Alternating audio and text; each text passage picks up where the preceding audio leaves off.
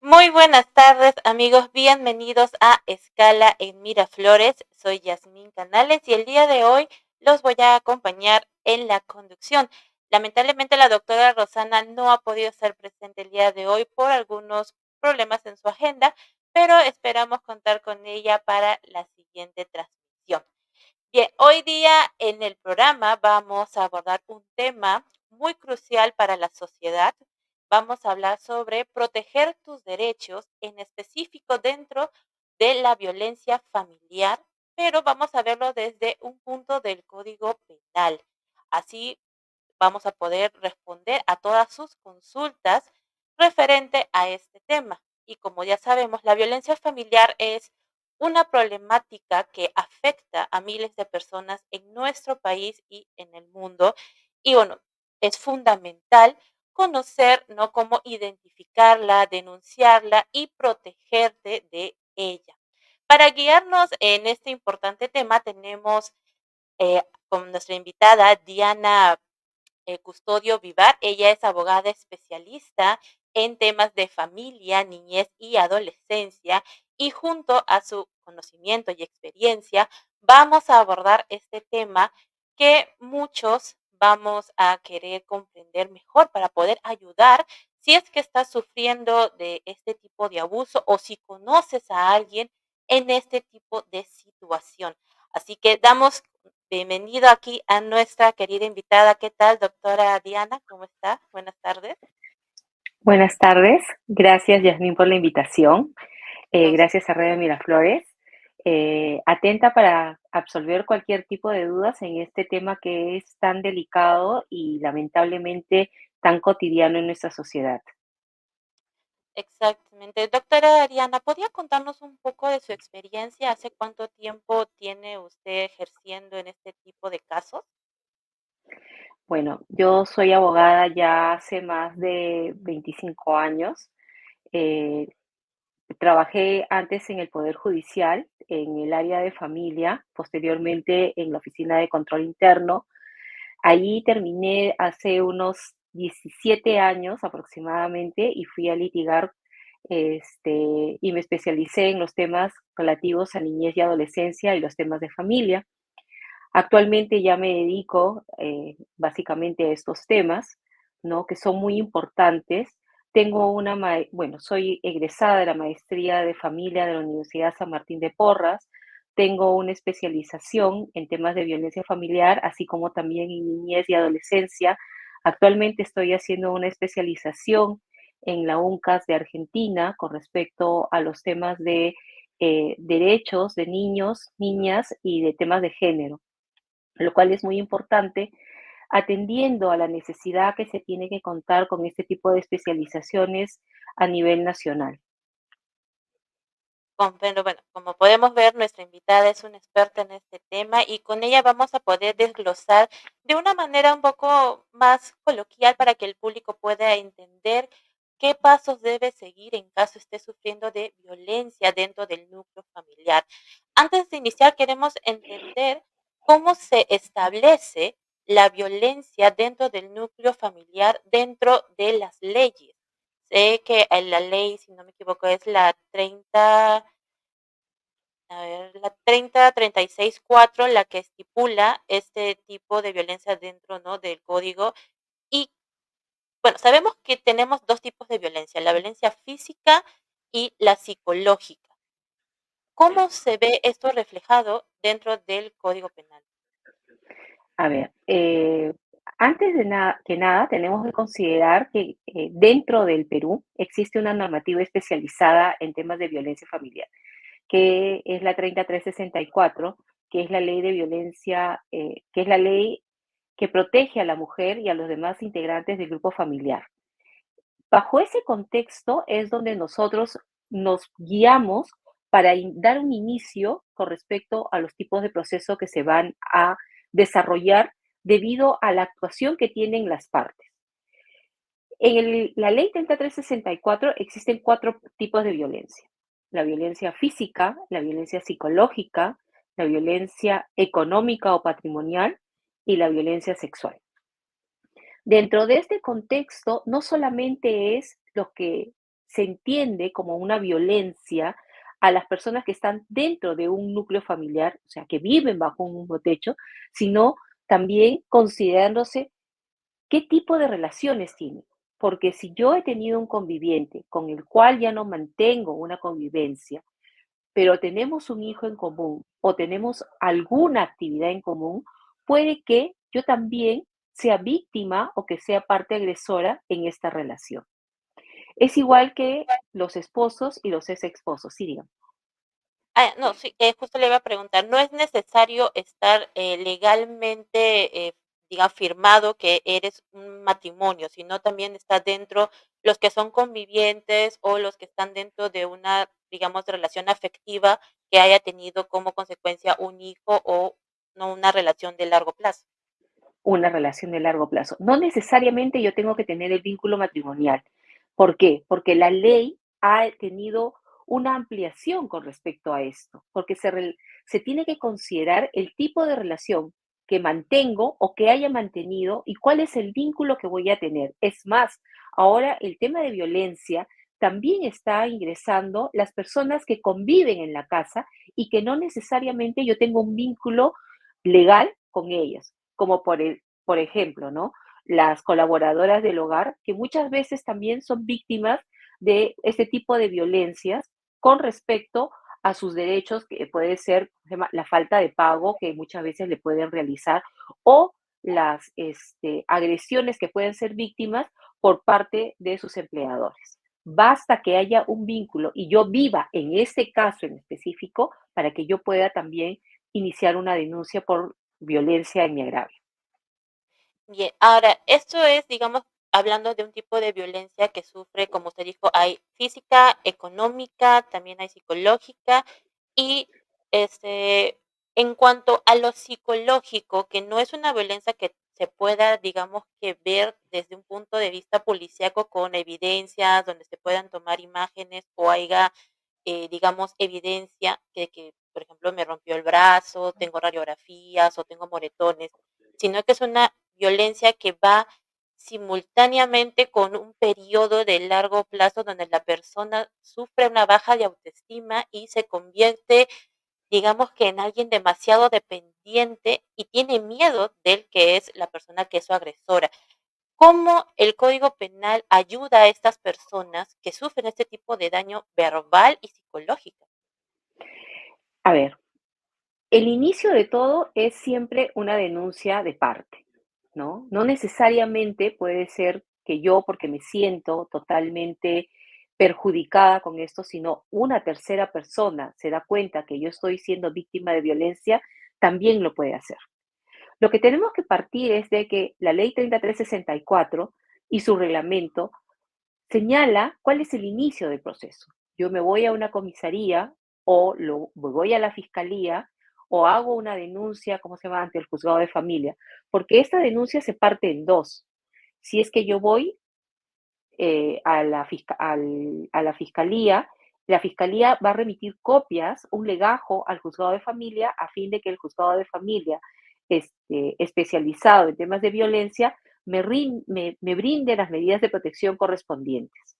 Ese es un primer paso. Otro paso es de que yo voy a la comisaría y realizo mi denuncia verbal, ¿no? Y la comisaría, dependiendo la ficha de valoración de riesgo, va a remitir copias de lo actuado al juzgado de familia y paralelamente a la Fiscalía de Violencia Familiar. Cada una de ellas da un inicio a una investigación. El juzgado de familia, en una primera instancia, me puede otorgar o no determinadas medidas que están contempladas en el artículo 2 de la ley, o, en todo caso, son ellos los que pueden darme las medidas de protección que nosotros los abogados llamamos genéricas, que es que no se cometa más violencia verbal, física en contra de la persona, o incluso se puede solicitar la salida del agresor del domicilio conyugal si es que estamos viviendo juntos.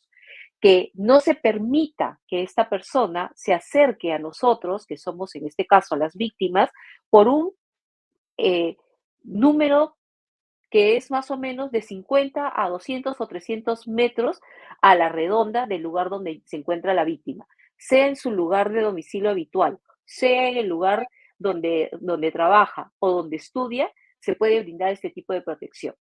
Se puede incluso aplicar lo que se llama el botón de pánico. El botón de pánico fue instaurado como plan piloto previamente por la Corte Superior de Justicia de Ventanilla.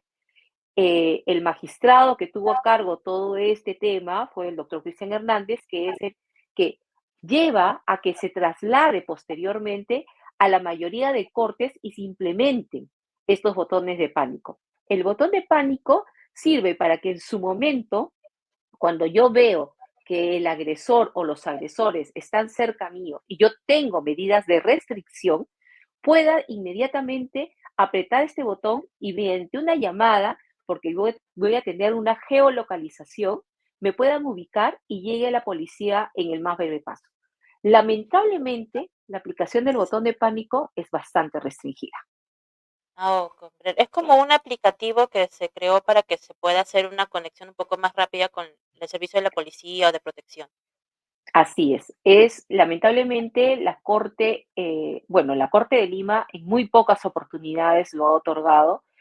También hay que considerar que tenemos mucha falencia en cuanto al órgano que inmediatamente tendría que comunicarse, ¿no? Que es la Sí. policía.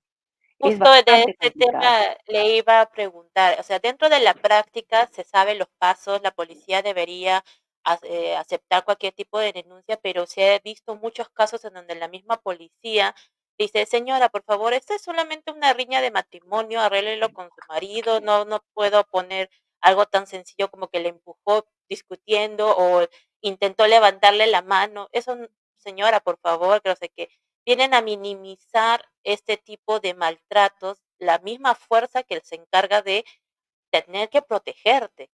Pero en estos casos, digamos la policía no nos quiere escuchar o no nos quiere aceptar la denuncia, podemos irnos a otra comisaría de otro distrito, podemos ir a otro tipo de organización que nos pueda brindar el apoyo que la policía no nos ha permitido dar.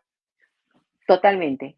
No solamente es lamentable, eh, el día martes lamentablemente me ha ocurrido a mí también, ¿no? Con respecto a una violencia física y psicológica con respecto a un niño, ¿no? Que las policías mujeres dijeron que, bueno, que eran los papás y que no podíamos hacer nada, que estaba mi patrocinada, que era la tía, ¿no? Que es lamentable.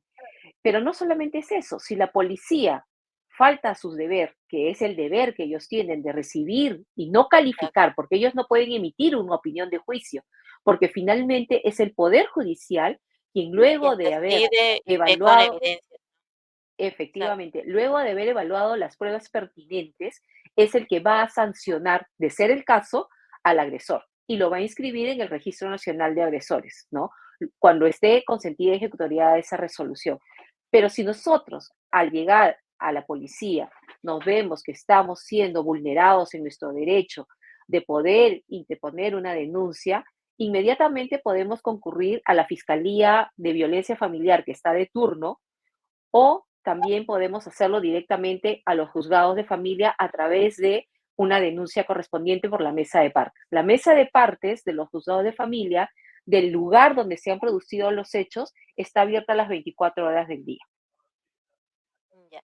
Ahora, estamos ya hablando de los pasos que debemos seguir, pero ¿qué pasa cuando estos agresores, a pesar de que tienen ya cientos de denuncias y no se ha podido, digamos, probar o establecer que ha habido violencia con intento de feminicidio o abuso o esas cosas?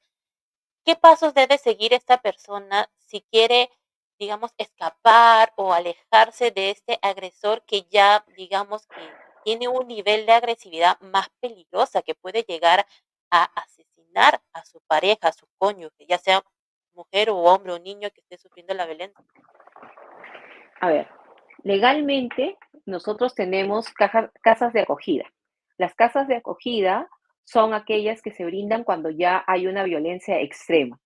En este caso, es la fiscalía quien de alguna u otra manera van a proporcionar determinadas, ¿cómo se llama?, beneficios. No solamente eso, sino también existen instituciones como Flora Tristán y Manuela Ramos, igual que el Centro de Emergencia Mujer, quienes de alguna u otra manera van a poder facilitar determinadas acciones con respecto al resguardo de las víctimas. Cuando son niños, inmediatamente ingresa a trabajar allí la unidad de protección especial. ¿no? La unidad de protección especial es el equipo multidisciplinario quienes van a ir en primera instancia a verificar los hechos materia de la denuncia y pueden ellos, si es que el papá o la mamá o ambos progenitores no se encuentran en la capacidad de poder hacerse cargo del niño, niña o adolescente, tomar acción inmediata y llevarlos a los niños a las instituciones correspondientes. La primera opción siempre es que los niños queden con los papás, pero si ambos padres son agresores con respecto a un niño, se va a considerar la familia extendida. Si la familia extendida también son personas que tienen problemas, se va a recurrir en última ratio justamente a, ¿cómo se llama?, a los hogares o los albergues correspondientes, ¿no? Entonces, sí es cierto que lamentablemente en el Perú hay una falta de lugares, institutos para que puedan cobijar a todas las víctimas, pero también lamentablemente no sé si llamarlo una desidia, sino un poco que muchas veces creo que los operadores de justicia no se dan cuenta de que la violencia familiar va en escalada, porque tal como usted lo ha manifestado, primero comienza con las bromas irónicas, ¿no? Que no son bromas, Claro. porque cuando ya hieren a la persona, ya están haciendo mella en su propia Exacto. autoestima. Cuando ya hay un maltrato, cuando uno se siente vulnerable, ya está pasando el límite, digamos que del cariño, entre comillas, burlón dentro de una relación que puede ser algo cómico, a algo más que te está denigrando como persona. La violencia es, lamentablemente, es un círculo vicioso, ¿no? Dios. Y eso es lo que nosotros conocemos siempre como el inicio de la violencia, como con las bromas irónicas, con los empujones, con los gritos que van normalizándose. Una persona no tiene por qué insultar a otra, no tiene por qué denigrarla, pero también tenemos que considerar que ambas partes han tenido que haber crecido, no necesariamente, pero en la mayoría de los casos, han tenido que crecer en hogares que han tenido estas figuras.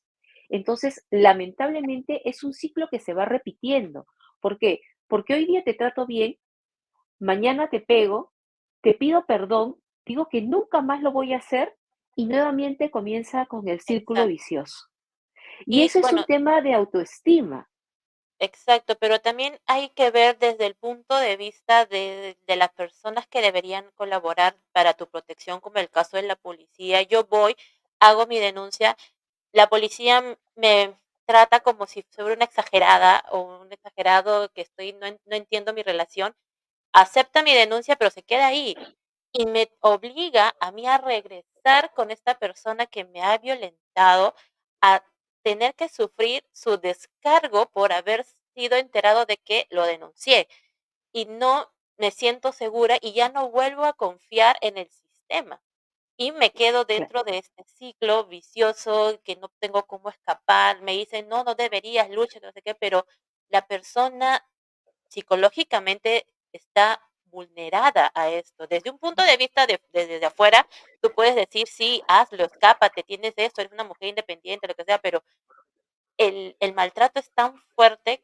y la falta de ayuda que tú has pedido no te apoyó en ese momento, te sientes atrapada. En ese tipo de casos, en donde ya la persona no puede escapar, siente atrasada, viene alguien a denunciar. ¿Cómo se hace este tipo de pasos a nivel legal? Porque muchas veces las personas han denunciado y la policía o el poder judicial los ha soltado. Y hay casos incluso de violaciones a menores dentro del grupo familiar donde la víctima ha tenido que afrontar el hecho de que su maltratador está suelto y que la puede lastimar en cualquier momento. A ver, ¿qué es lo que sucede? Las partes, cuando yo voy a la policía tiene la obligación, primero, de recibir la denuncia e inmediatamente eh, hacer la evaluación a través de la ficha de valoración de riesgo. Con la ficha de valoración de riesgo, nosotros vamos a tener unas tres escalas: un riesgo leve, un riesgo moderado y un riesgo alto. De acuerdo a eso, tienen ellos determinado número de horas a fin de remitir la denuncia correspondiente bajo responsabilidad funcional tanto al juzgado de familia como a la fiscalía de familia. El juzgado de familia es el que, de acuerdo al decreto legislativo 1476, 1464, tiene la obligación de, basta la mera imputación de la víctima para que se inicie o se otorguen las medidas de protección correspondientes.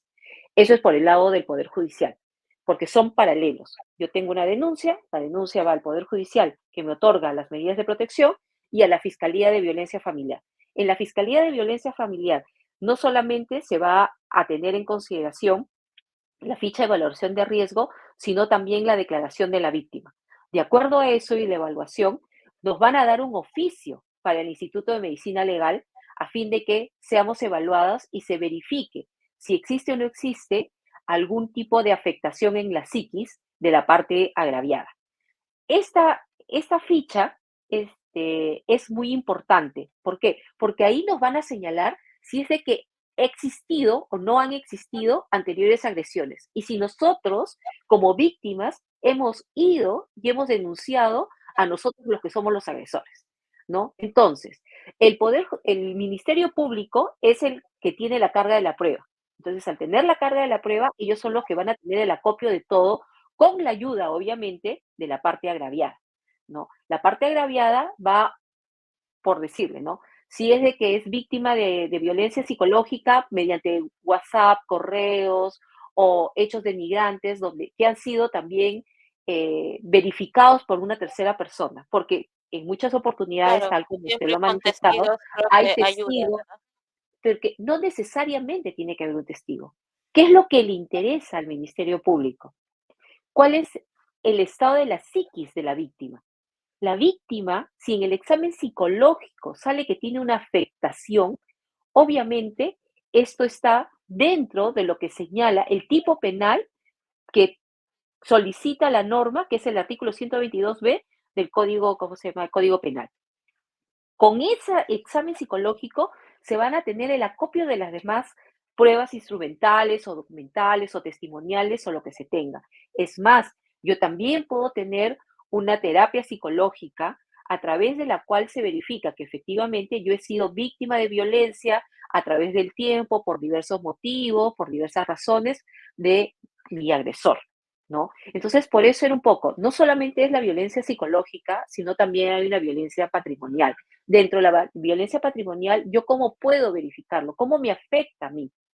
¿No? A ver, La violencia física obviamente es a través del reconocimiento médico legal, pero la ex más sensible es justamente esta, la violencia psicológica. O sea, ¿cómo yo puedo acreditar que soy víctima de una violencia? Con el exacto. examen psicológico. El examen Ah, psicológico es lo importante, pero ojo, también tenemos que considerar que hay una pequeña, muy, muy delgada línea entre lo que es el conflicto familiar y lo que es la violencia familiar. El ahí está. conflicto Justo familiar, íbamos a entrar ya a ese punto para poder identificar exactamente cuáles son los tipos de violencia que se pueden hacer como denuncias dentro del núcleo familiar y perdón, diferenciarlos para saber exactamente cómo acudir y pedir ayuda dependiendo de este tipo. Me decía que había una línea entre conflicto familiar y violencia familiar. violencia ¿Cómo familiar. se diferencia? A ver, ambos pueden ser materia de denuncias. Los dos pueden ser materia de denuncia de violencia familiar. La diferencia va a ser que mientras que en el examen psicológico, el psicólogo, que es el perito, me va a señalar y me va a decir, ¿saben qué? Esto no es una violencia porque no hay una afectación.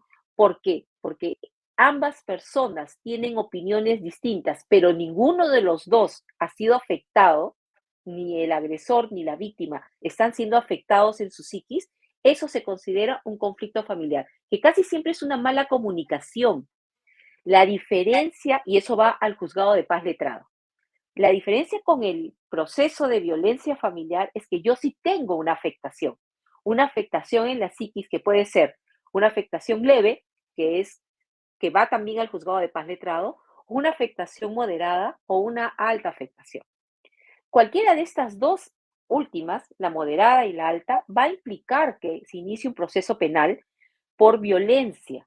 ¿no? Por lesiones leves que están justamente en el 122. Pero puede ser que mi afectación en realidad no solamente sea moderada, sino sea alta, que sea el punto de que yo esté tan, pero tan mal, que pueda querer atentar contra mi vida, que podría ser ya una afectación, una lesión, ¿cómo se llama? Grave. Entonces, tenemos que ver que hay una serie de hechos que nosotros a primera vista como abogados no lo vamos a poder verificar si no es a través del perito. El perito, que ese es el especialista, es el que lo va a ratificar. Sí, efectivamente, esta persona está siendo víctima de violencia o tal vez a través de la cámara Gesell. La cámara Gesell ha sido constituida para que las víctimas no sean revictimizadas. La ley de violencia es lo que señala que no puede haber una revictimización de la víctima, tiene que haber una sola declaración y muchas veces se necesita, porque no se ha tomado una buena declaración, se necesita nuevamente que pase por el hecho de ir a tomar una nueva declaración, una nueva ampliación, ¿cómo se llama?, a nivel fiscal, para que, para que se verifique si existe o no existe, ¿cómo se llama?, algún indicador de algún tipo de maltrato psicológico. Okey. Ahora, ese es como que volver a revivir el suceso afecta bastante a la víctima y tratan de evitar ese tipo de situaciones. Eso sí es un Así es. poco entendible y también para proteger a la víctima del hecho. Ahora, usted también me estaba hablando del tipo de violencia económica patrimonial. ¿A qué se refiere exactamente? ¿A lo que son las pensiones de los niños o quizás a la dependencia del que es mi agresor en cuanto al dinero que me da para la casa o para mis útiles, que no me deja trabajar o esas cosas? ¿Cómo La está violencia estipulado? econ A ver, la violencia económica, ¿no? Que es una violencia que recién, bueno, acá en el Perú recién se está viendo a raíz de la 3364. Anteriormente estaba dentro de toda la tipología con la 26260, que era la ley anterior, era como una violencia psicológica. Justamente es cuando el agresor, a sabiendas de que tiene la capacidad económica, trata, impone sus condiciones, como por ejemplo, ¿no? Dejar de dar el monto de dinero a que estaba acostumbrado para sustentar las necesidades del hogar. Maneja a través del dinero a la persona y exige condiciones y pone condiciones a fin de denigrar a esta persona que depende económicamente de él. La mayoría de los casos se da cuando son las mamás quienes no han trabajado porque se han dedicado al cuidado exclusivo de sus niños y son ellos los que van imponiendo las condiciones. Ya, tú no, saca la denuncia y yo te pago. Haz esto y o sea, condicionan, ¿no? Entonces, eso también está, ¿cómo se llama? En este momento está proscrito en nuestro ordenamiento y eso también se puede verificar. ¿Por qué? Porque si yo tenía una condición de vida, porque lo que señala la norma es que una vez que tú y yo nos hemos separado por X motivo, nuestros hijos deben mantener el mismo nivel de vida. Pero yo, en castigo porque tú osaste dejarme, porque tú Sí, quisiste es, dejarme, es algo yo muy te castigo típico. a ti, ¿no? ¿Qué es lo típico? Ya, yo tenía que pagar el colegio de la niña, de los niños, no, no lo hago, no tengo plata. Y sobre todo se da eso, lamentablemente, en los empresarios, ¿no? En las personas que de alguna otra manera tienen alguna empresa, ¿no? Y ellos son los que tenían el sustento diario. Entonces, ¿qué es Exactamente. lo que hace? Claro, y justo le iba a preguntar, disculpe que le interrumpa, se supone que debe haber ya una estipulación judicial que el padre o la persona, ¿no?, tiene que dar la manutención adecuada a la familia. Y si no responde, ¿cómo hace la persona para evitar tener un enfrentamiento o verse cara a cara con su agresor y, ¿no?, decirle: "Ya, por favor, pásame la manutención que corresponde para la escuela, para la comida de los niños", ¿no? Pero yo soy víctima y me están obligando él me está obligando a tener una acción, ¿no?, cara a cara con él para volver a sentir esa dependencia, esa humillación, ese maltrato. ¿Cómo puede hacer la persona para evitar eso? A ver, la norma establece que debería el juzgado otorgar, cuando estamos dentro de un proceso de violencia patrimonial, el juzgado debería otorgar una asignación anticipada. Pero la mayoría de los juzgados lo que hace es recomendar que se realice, ¿cómo se llama?, un proceso de alimentos. Ahora hay una modificatoria porque supuestamente con la resolución administrativa los procesos de alimentos tienen que ser no más de 3 o 4 meses, pero lamentablemente con la carga que se tiene y sobre todo por los medios probatorios que se tienen que ofrecer, muchas veces esto se dilata. Entonces, eh, sí, todavía lamentablemente el tema patrimonial, de la violencia patrimonial, todavía no tenemos cómo solucionarlo de manera inmediata.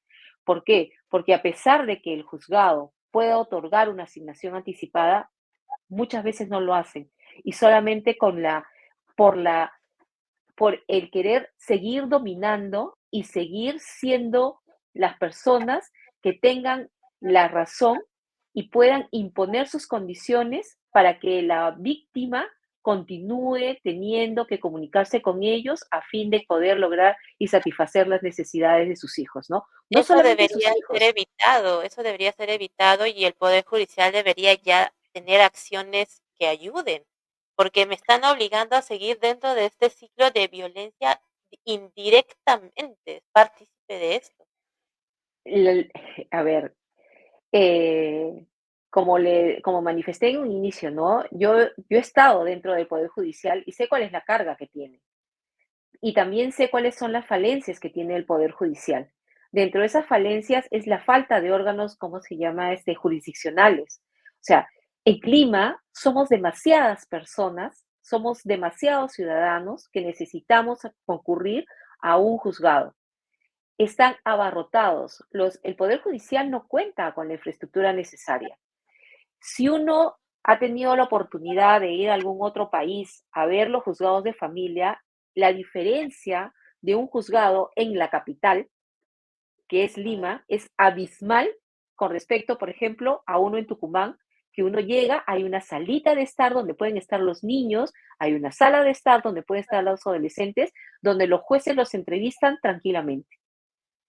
Acá no se tiene nada de eso, por la falta de implementación, no porque el presidente de la Corte no quiera hacerlo, sino es que no hay la capacidad económica para hacerlo. O sea, el Poder Judicial, ¿cuánto tiene como ingreso anual? No cubre las necesidades. Y es lamentable porque familia debería ser claro, el exacto. órgano con mayor atención porque está rigiendo la vida de las personas. O sea, el núcleo familiar, lo más importante del Estado peruano somos las personas. Y Es en la lugar de familia, claro, protegernos, por supuesto. Ujú. efectivamente, en lugar de protegernos, nos dejan como el último eslabón de la cadena, de la gran cadena judicial que existe. En el Bueno, Poder Judicial, en Lima, hay 21 juzgados de familia para todo ven, lo que es Lima Metropolitana, 21 juzgados de familia. Es inmanejable ¿cómo se llama? La carga yo procesal para pensé que ellos. por cada distrito o distritos más grandes deberían tener para poder, ayudar a agilizar estos problemas, pero No, 21 para toda la capacidad de Lima, incluido ahora que tenemos mucha migración extranjera, también se suma todo eso, entonces es increíble, ¿no?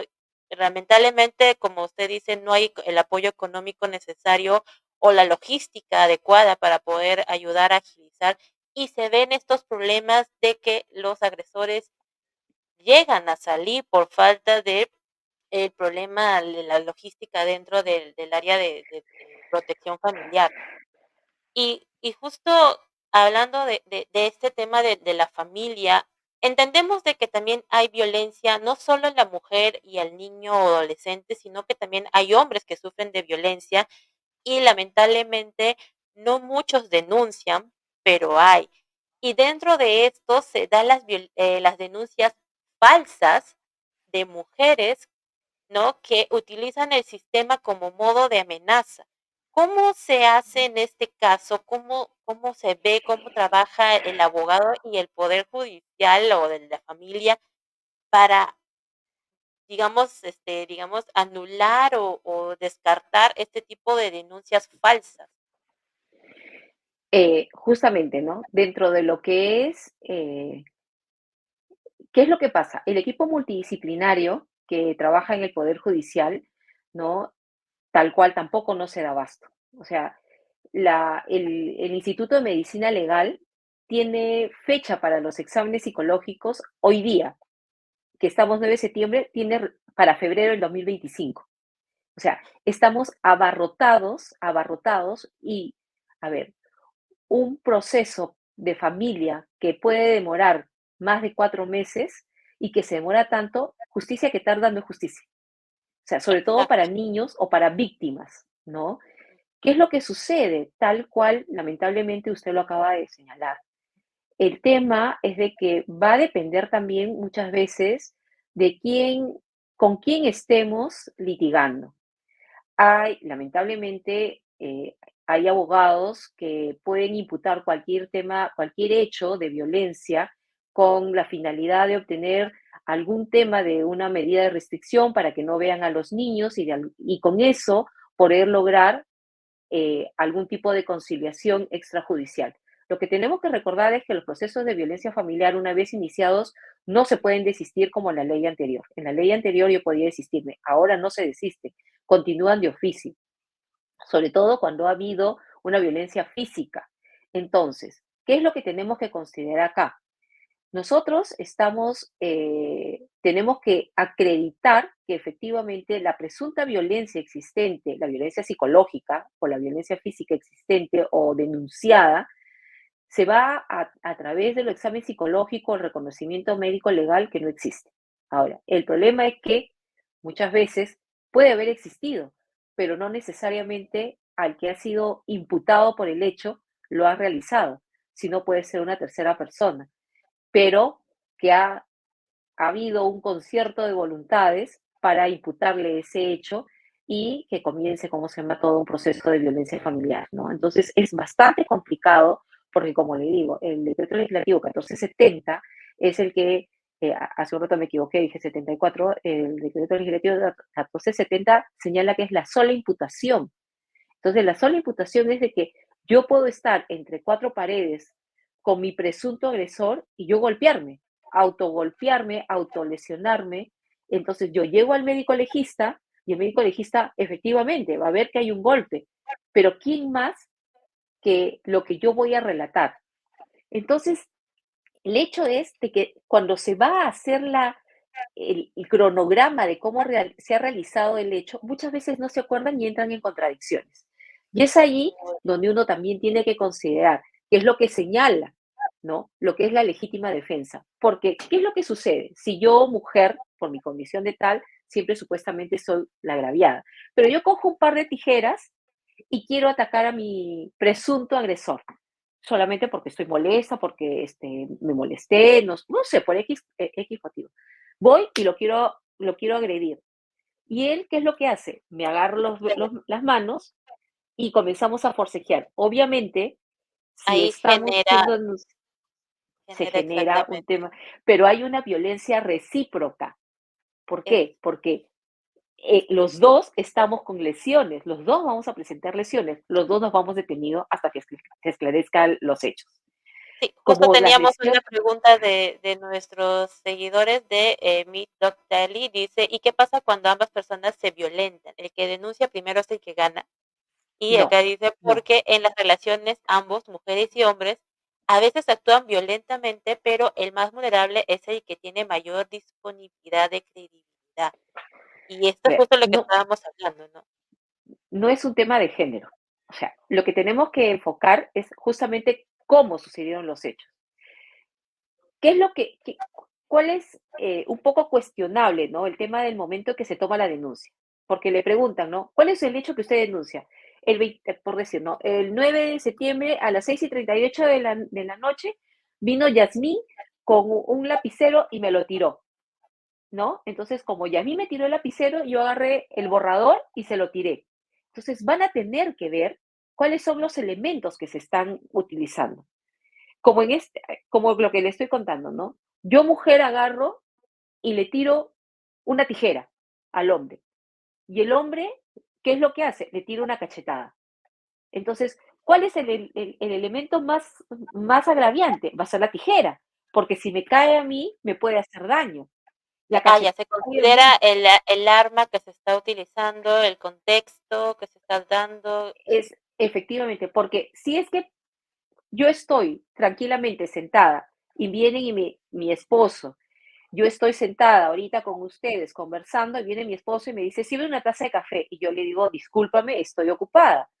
Y él, porque se molesta, me agarra de los cabellos y me comienza a zarandear. Entonces, yo que tengo, por decir, ¿no? Tengo el iPad y agarro y se lo tiro en la cara. Entonces, es que yo me estoy defendiendo. O sea, yo no lo he agredido porque he actuado en defensa propia. Entonces, el contexto es lo importante.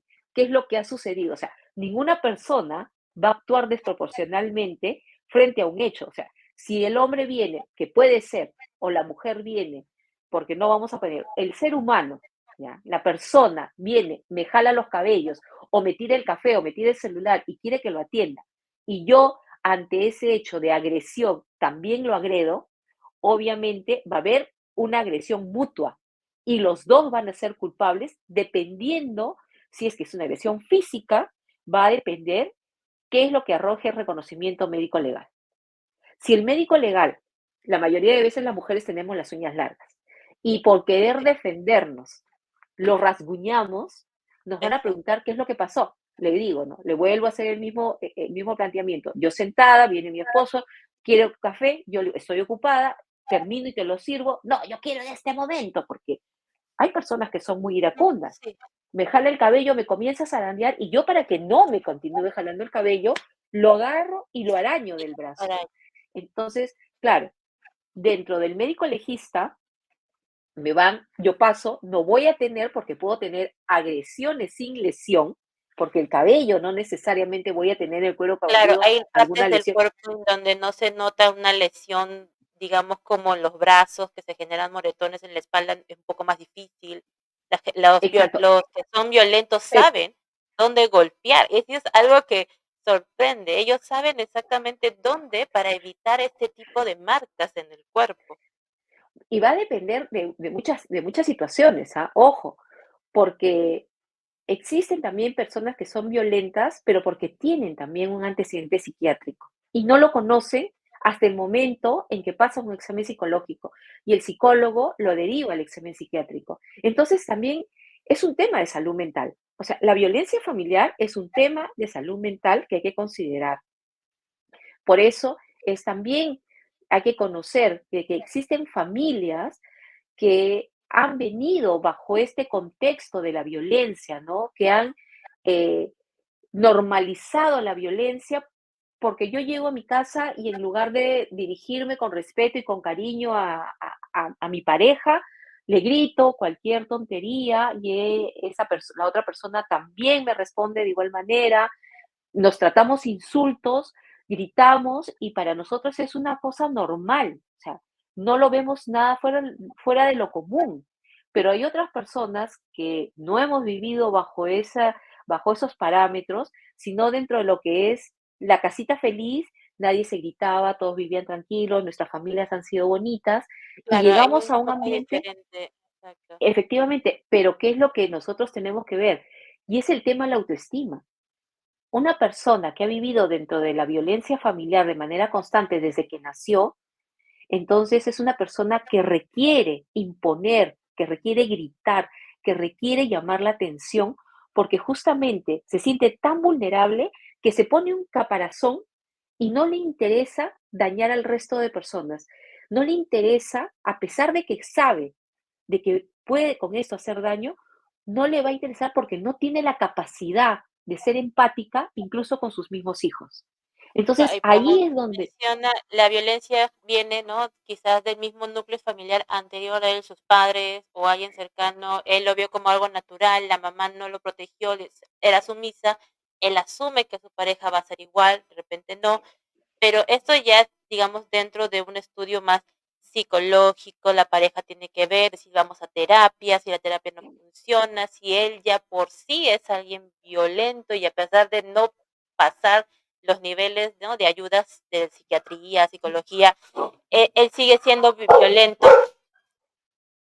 ya se puede tomar en que esa persona es alguien que, como dice, va a poder llegar a dañar, digamos, llegar hasta asesinar a su pareja, ¿no? el tema es cuando se va esta violencia se va increciendo, ¿no? Va creciendo, va creciendo, va creciendo, porque como le dije, ¿no? Primero es la ironía, luego hay parejas que comienzan con los empujones, luego el de que estamos jugando y como que nos estamos peleando, y de ahí exacto. comienzan los Los arañones, los celos jalones, los insultos, pequeños, los estos de aquí, se empieza absolutamente desde todo. chiquito, hasta que la Es persona más, permite que crezca. Es más, o sea, la violencia no solamente puede ser por el hecho de que yo insulto, también existe una violencia pasivo-agresiva. Entonces, ¿cómo me puede afectar a mí ese silencio sepulcral que tiene mi pareja? O cómo, al contrario, el que yo hable y hable y hable y critique, critique, critique, también puede afectarme. O sea, son muchas situaciones. O sea, en los temas de familia no hay nada estructurado y cada caso es único. No es que yo agarro y digo, ¡ay, es igualito a mi caso! No existe ningún caso igualito, ninguno. ¿Por qué? Porque todos los seres humanos somos distintos, no somos copia uno del otro, pero sí podemos tener patrones aprendidos. Es más, como le digo, hay personas que han podido no crecer dentro de un ambiente de violencia, tienen una persona, pero no tienen, ¿cómo se llama?, la capacidad de tener tolerancia a la frustración. Y al no tener una tolerancia a la frustración, reaccionan violentamente y al reaccionar violentamente es donde se generan las violencias, porque la otra persona se siente atacada y en lugar de conversar, decir, bueno, ¿qué sucedió? Vayamos a terapia, conversemos, también reacciona de la misma manera y comienzan a romper y no hay un diálogo.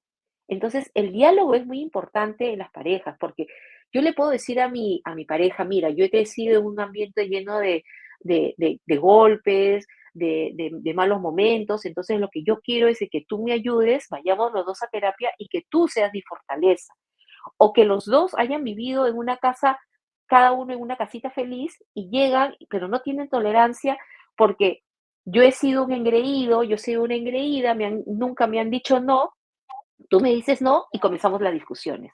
Entonces, cada caso es totalmente distinto. No hay casos iguales, pero lo que Exactamente. sobre todo, lo que Todo tiene varía uno que de acuerdo a las situaciones y a las personas. y lo que tenemos que considerar es de que cuando ocurren los hechos de violencia, los niños, cuando tenemos hijos, los niños son los que se dan cuenta absolutamente de todo lo que pasa y ellos son los más vulnerables. Lo que tenemos que recordar es eso. Y tal como me estabas haciendo la pregunta y que nos desviamos, era, ¿qué es lo que sucede cuando existen personas, ¿no? Cuando existen hombres que han sido víctimas de violencia?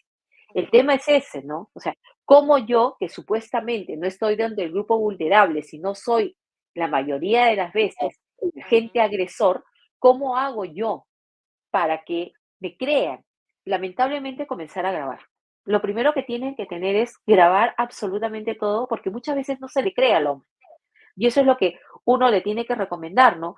Graba porque no te van a creer, porque siempre, lamentablemente, los hombres, por ser el sexo fuerte físicamente, van a tener que, ¿cómo se llama?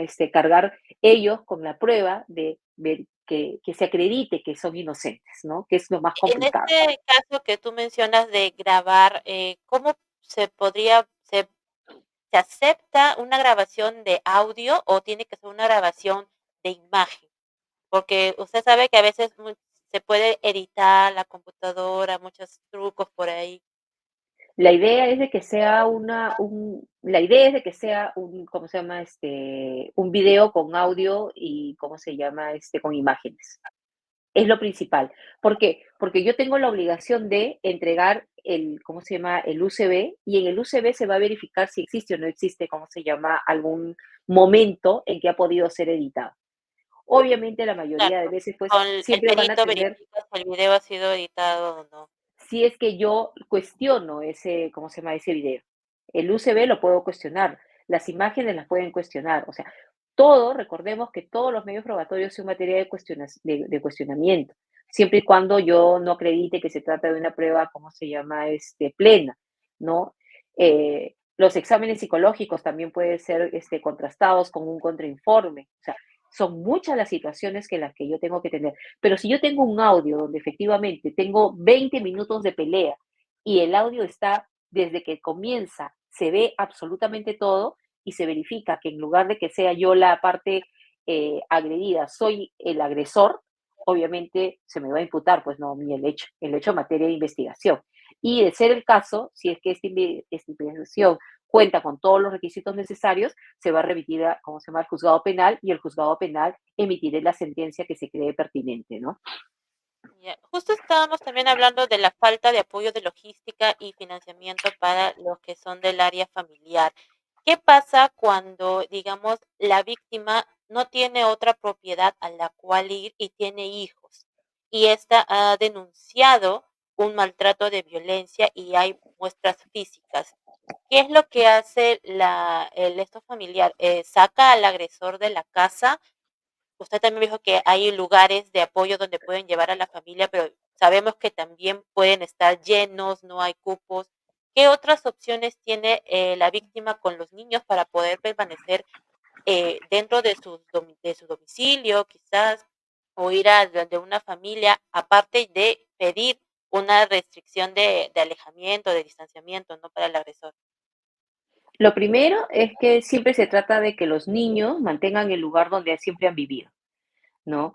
Es más, en muchas oportunidades, los agresores han sido los propietarios exclusivos del bien inmueble donde está desarrollándose la vida en común con la familia, y se ha ordenado por parte del Poder Judicial la salida del agresor, ¿no? Entonces, pero si no tengo la capacidad, porque estoy viviendo en un lugar donde ya es insoportable los maltratos, sí, yo tengo la oportunidad de poder ir a la comisaría, salir, señalar el motivo por el cual estoy dejando una constancia de salida del hogar, ¿cómo se llama? Con mis hijos, llevándome lo indispensable, yéndome a la casa de mi papá, a la casa de mi mamá, de mi tía, o la persona que me pueda en ese momento dar cabida por unos días, para que yo pueda estar a buen resguardo del agresor o de la agresora, ¿no?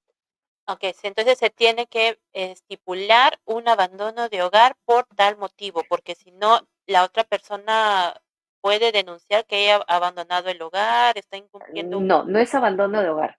No, ah, no es ya. abandono de hogar. O sea, deja una constancia de salida por Ah, agresión salida. física del domicilio conyugal. Es más, si yo voy a hacer eso y yo ya he tenido hechos de violencia, lo que yo puedo solicitar al Poder Judicial es que se ordene mi reingreso y que salga el agresor, porque es un lugar donde Oh, yo tengo que estar con mis niños, porque lo que se tiene que proteger es siempre a los niños. La ley claro, tiene como medida de protección justamente, ¿no?, prevenir, sancionar y erradicar. O sea, ¿qué es prevenir? Que antes que suceda. Erradicar es que si ya sucedió, trate de que no vuelva a suceder. Y sancionar es cuando ya sucedió y tengo que castigarlo. Entonces, esa es lo que esa es la forma que nosotros tenemos que considerar. Es más, por eso es lo que llama muchas veces la atención, y volvemos al punto, ¿no? Lamentablemente, tanto el Poder Judicial como el Ministerio Público están abarrotados de procesos, no tienen, pero también estamos inobservando lo que dice la observación número 5 con respecto al Comité de los Derechos del Niño, que todos los procesos donde están involucrados niños, niñas, adolescentes tienen que ser privilegiados. Entonces, hay casos que incluso en la misma fiscalía, lamentablemente, prescriben. ¿Por qué? Porque los procesos de violencia familiar, la pena es de 1 a 3 años.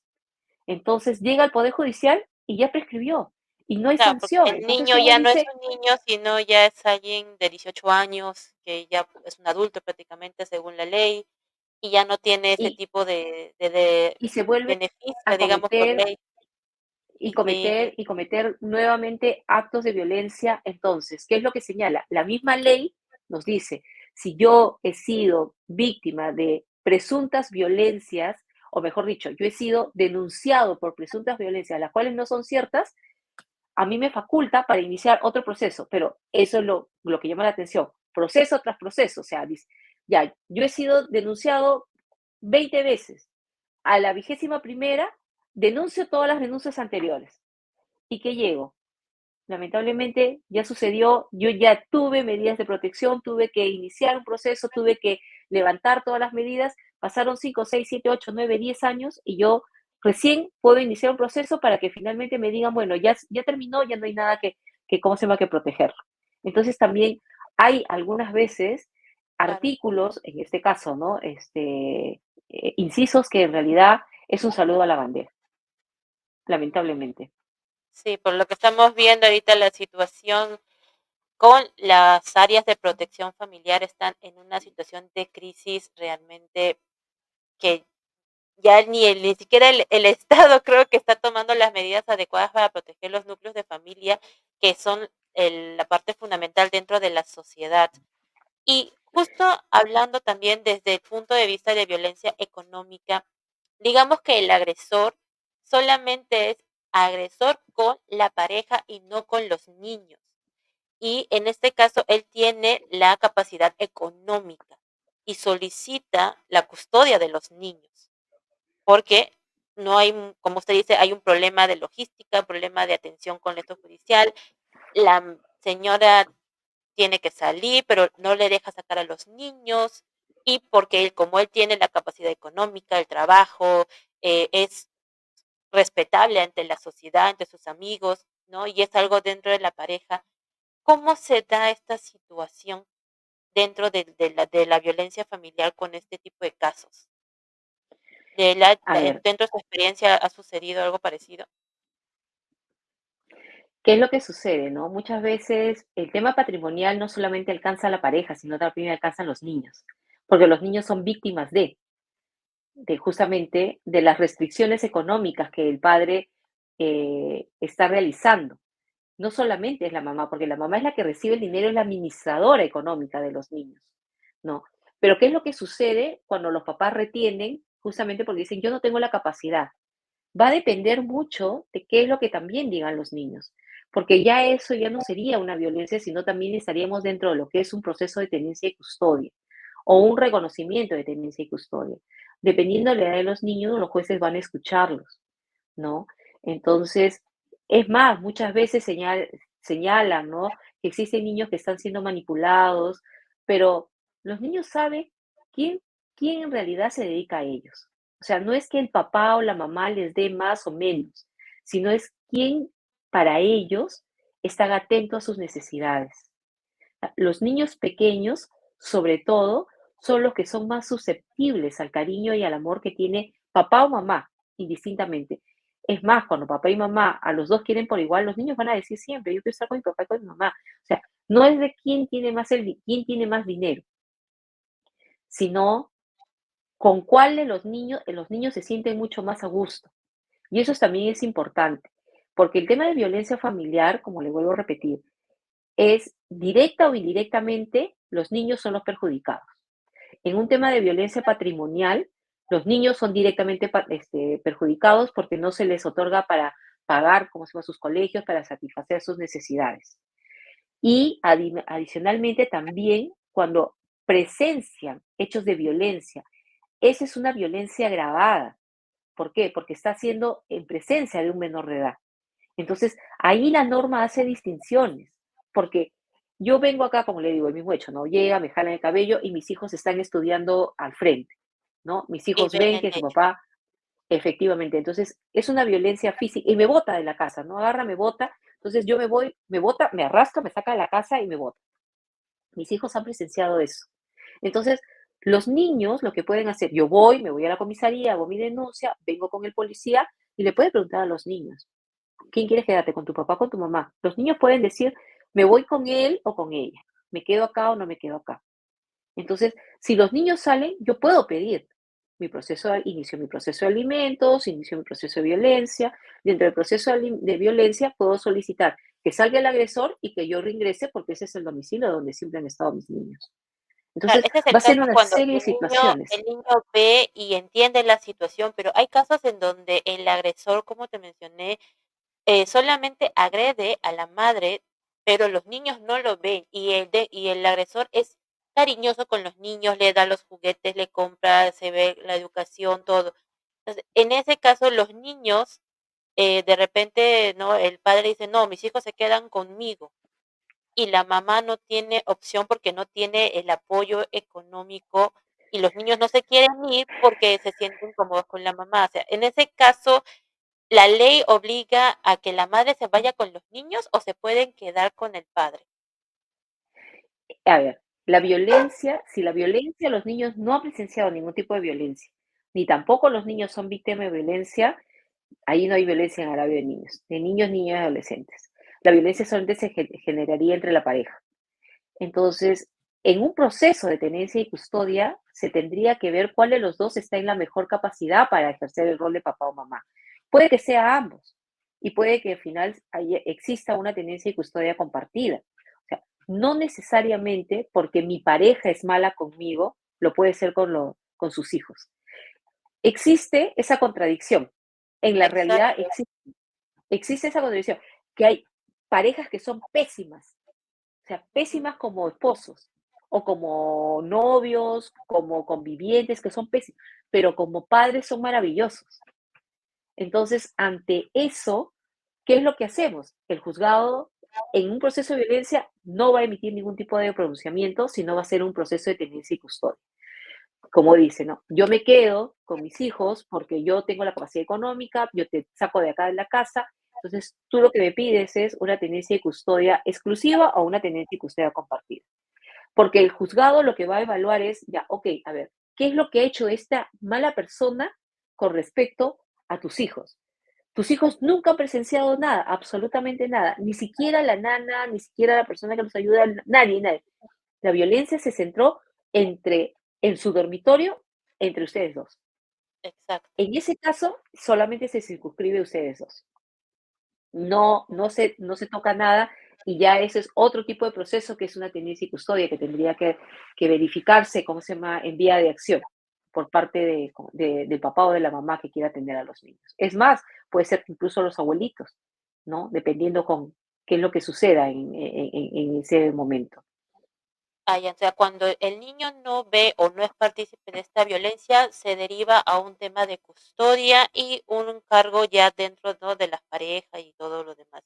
Es diferente a cuando el núcleo completo sufre la violencia, ahí sí se considera violencia familiar y se deriva todos estos casos de que la denuncia, la reintegración en casa, si es que tiene que salir el agresor o no, y sobre las pruebas, ¿no? Ya sean físicas, psicológicas o las pruebas de video o audio o de testigos para que ayude a reforzar la denuncia hacia el agresor. Ya estamos Así por es. terminar el programa. Gracias por estar con nosotros, Diana. Y bueno, quiero Muchas gracias. invitarte para otro programa para seguir hablando, porque este tema es muy extenso y hay diferencias. Tú justo también nos estabas mencionando que tienes conocimientos en el extranjero, has estado también ahí viendo estos temas de violencia y me gustaría saber más adelante cuál es la diferencia, ¿no?, entre los códigos penales de Perú con los de otros países, si estamos bien, si necesitamos actualizar. Quizás para otro momento, otro programa con la doctora Rosana podamos hablar de este tema que también ayudaría mucho para agilizar y ver, ¿no?, lo que se refiere a los temas de familia aquí en el país. Así es, y sobre todo porque nosotros lo que tenemos que recordar es que el Perú como país suscriptor de la Corte Interamericana, hay sendas resoluciones a través de las cuales también señalan, ¿no?, los temas de violencia de género, que no tienen que ser tan largos, que se tiene que considerar como prioridad, ¿no?, la prevención. Es más, ¿no? Este, nosotros tenemos también lo que se llama la violencia obstétrica, que es lo que pasó con el tema de Camila, de la niña, Ah, de la niña. claro, por supuesto, sí. Entonces, Un caso tenemos que unas, realmente conmovió a todo el país y también nos dejó con mucha, digamos que, rabia por ver la situación, ¿no?, de que salió libre y el poder judicial no actuó, o no se ve que actuaba correctamente, ¿no? eh, a ver, yo creo que en el Poder Judicial existen muy buenos magistrados, muy buenos. Cuando he trabajado ahí he tenido el honor de trabajar con excelentes magistrados, pero lamentablemente creo que la falta de sensibilidad está inundando mucho el Poder Judicial y uno tiene que entender cada situación. Yo no tengo que cuestionar, no es un tema de género, no es que solamente las mujeres somos víctimas, también existen hombres que son víctimas, pero sobre todo lo que tenemos que cuidar son a los niños. Los niños no merecen absolutamente nada de esto, ¿no? Porque nosotros lo que tenemos, estamos en la obligación de cuidarlos y protegerlos. Exactamente. Entonces, la idea es de que también hay que considerar, como le vuelvo a repetir, que hay situaciones y situaciones y no todos son iguales. Y se tiene que estudiar, se tiene que ver, se tiene que tratar de alguna otra manera que estas medidas de protección no sean ineficaces, que logren su cometido y que justamente la violencia sea erradicada, pero eso es a través mucho de la educación y también de tratar un tema de salud mental. Entonces, eh, en Alemania, por ejemplo, es muy dinámico. O sea, se comienza primero con la educación, ¿cómo se llama?, de la salud mental, con la educación de las partes, cómo va este conglomerado, va dándose cuenta de qué puntos son los que tiene que ir atacando. Y existe incluso, ¿no?, un convenio a través del cual se quería en algún momento tratar de trasladar la experiencia alemana acá en el Perú, pero lamentablemente, pues por temas presupuestarios no se ha podido. Comprendo. Bueno, esos puntos podríamos hablarlo en el siguiente programa más adelante, ya con la doctora Rosana y contigo nuevamente, Diana. Muchas gracias por estar aquí. ¿Tienes algún número que quieras brindar para que estén en contacto contigo, te puedan contactar en caso deseen asesoramiento? Sí, claro, mi número celular es el 99-689-7878 y mi correo es dianacustodio@hotmail.com. Bien. Para cualquier Gracias, tema, Diana. estoy gustosa de ayudarlos. Al contrario, muchísimas gracias a ustedes, Yasmín. Bien, gracias. Y bueno, amigos, esto ha sido todo por hoy. Gracias por estar aquí con nosotros en Escala y Miraflores y nos vemos la próxima semana. Adiós. Cuídense.